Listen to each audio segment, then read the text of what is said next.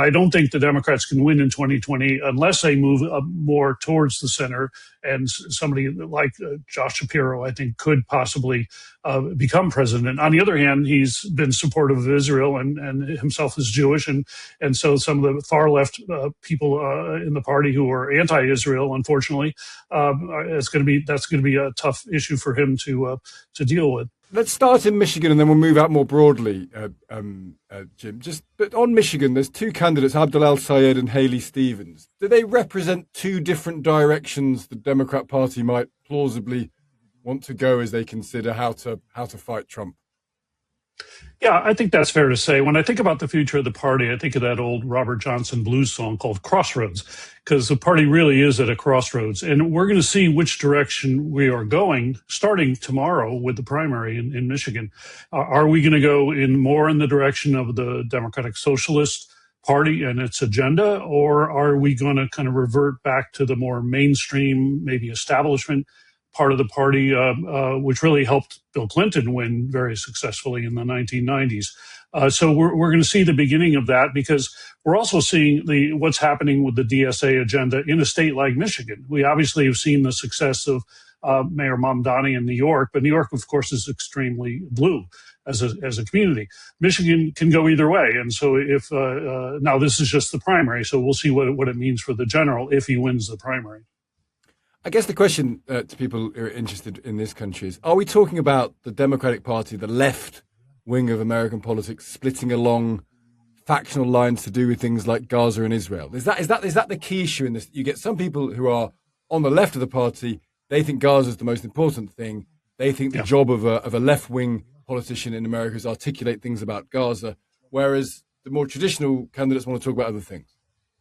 That is one of the dividing lines. Now, the Democratic Party historically has had a bit of a left/center dichotomy. When I first got involved in politics, I was helping George McGovern as a student. And he was representing the left of the party at that time, and Hubert Humphrey represented the middle. McGovern prevailed in the primary, but then he lost big time in the general election. The party has had that kind of a schism over the years. In the 90s, we had Bill Clinton with the DLC, which moved the party back towards the middle. But now in the 2020s, we're seeing a divergence, and some of it is built around issues like Israel, and that's very concerning to the more mainstream elements of the party. People like John Fetterman, Representative Josh Gottheimer, I would say even Josh Shapiro. So you're starting to see those kind of dividing lines. It's not just, it can be economic too. I think the DSA agenda is very radical on economic issues. They want to nationalize industries. And so forth, and we see that play out in New York with Mamdani and free grocery stores, free bus transportation, which of course all comes at a cost for taxpayers. But Israel and Gaza have become real kind of dividing points, and it certainly is playing out in Michigan in a big way. Because the narrative around Trump is that he's in massive trouble. This is a drastically unpopular war. Inflation is a problem. But the corollary of that is, in order for him to be in massive trouble, the Democrats have got to get their act together in the midterms. Could this split that you're talking about actually help the Republican Party limit the damage? Yes, perhaps so. And the Democrats do have an uphill climb, even though they are more of the ascendancy in terms of public opinion right now.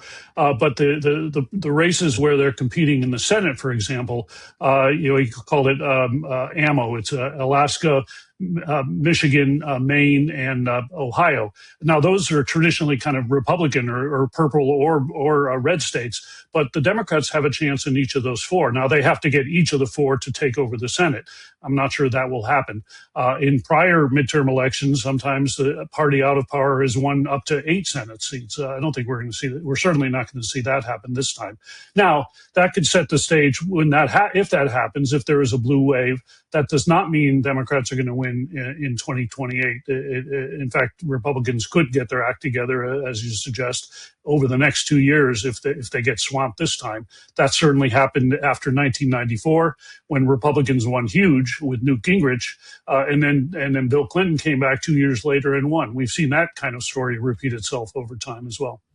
If the Democrats take control of both houses, what does that do to? Is that likely in your view, A? And B, what does that do to Trump? Because there's talk about them limiting funding for the war in Iran, Yeah.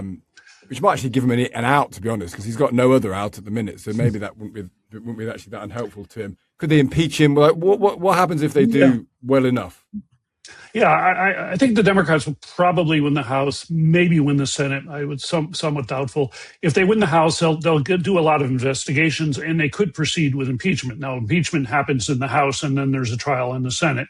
It's very unlikely he would be convicted in the Senate either way. But they could proceed with impeachment in the House like they did before, and certainly investigation. So I think, and he'll become really pretty immediately, a lame duck president.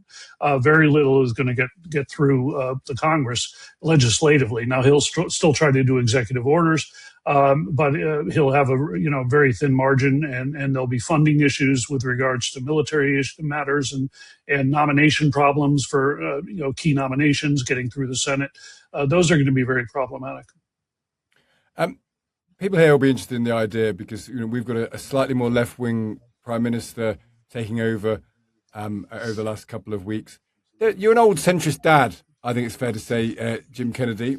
And the argument on the left of politics is, can you win from the left or do you have to win from the centre? And that's an argument as long as there's probably been left-wing politics. But it's a really interesting one, which how much do you have to straddle the centre in order to win on things like immigration, on things like economic policy? And you've got, as you say, Mamdani in New York. Is there an argument that 2028 could be a hard left versus a fairly solidly right person, or does everything merge back into the center at some stage in American politics? Well, I'm old and old-fashioned. I hope it hews more towards the center for both parties. Both parties really have a reckoning to come to over the next couple of years. So we'll see what they offer the voters. I think most of the votes are in the middle. But you have to admit the enthusiasm has shown itself among younger people. I think they're very influenced by TikTok, I think in an often harmful way, unfortunately. So certainly that is part of the skew towards the left that we're seeing. And that is going to play itself out over the next couple of years. But I don't think the Democrats can win in 2020 unless they move more towards the center. And somebody like Josh Shapiro, I think, could possibly become president. On the other hand, he's been supportive of Israel and himself is Jewish. And so some of the far left people in the party who are anti-Israel, unfortunately, that's going to be a tough issue for him to deal with. Yeah, it's a fascinating time to be. It's amazing how there's parallels across the two nations as well as we have this conversation. Jim, great to speak to you. Thanks so much for taking the time. Thanks so much. Take care.